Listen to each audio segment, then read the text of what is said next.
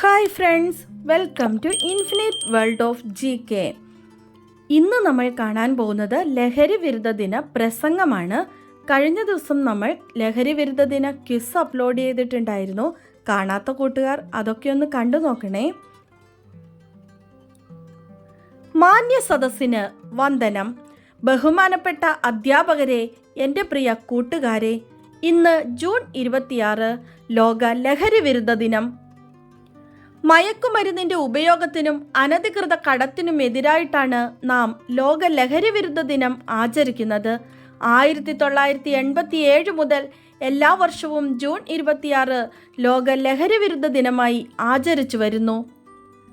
അമിത ലഹരിയുടെ ഉപയോഗത്തിൽ നിന്നും യുവജനതയെ ഉണർത്തുക എന്നത് തന്നെയാണ് ഈ ദിനം ലക്ഷ്യം വയ്ക്കുന്നത്.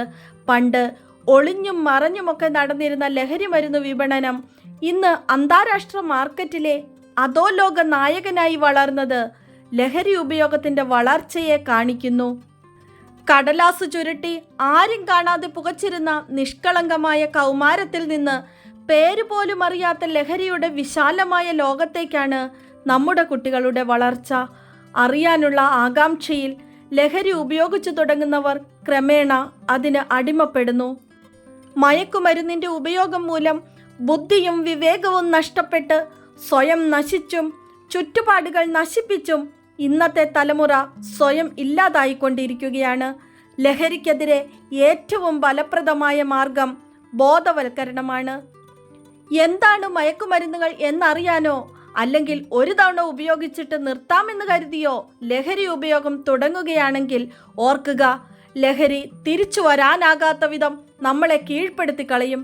അത് സമൂഹത്തിന് തന്നെ മഹാവിപത്താണ്.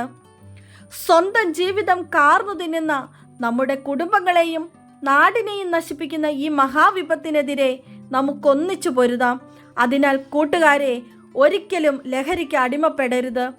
ലഹരിക്ക് അടിമപ്പെട്ടു പോയവരെ ഒറ്റപ്പെടുത്താതെ ചേർത്ത് നിർത്തി അതിൽ നിന്നും മുക്തരാകാൻ നമ്മളാലാകും വിധം നമുക്ക് ശ്രമിക്കാം. അങ്ങനെ ലഹരി വിമുക്ത സുന്ദര ലോകം സാക്ഷാത്കരിക്കാം. അതിനായി നമുക്ക് കൈകോർക്കാം. Say yes to life and no to drugs. എല്ലാവർക്കും ലഹരി വിരുദ്ധ ദിനത്തിൻ്റെ ആശംസകൾ നേർന്നുകൊണ്ട് നിർത്തട്ടെ. നന്ദി, നമസ്കാരം, ജയ് ഹിന്ദ്.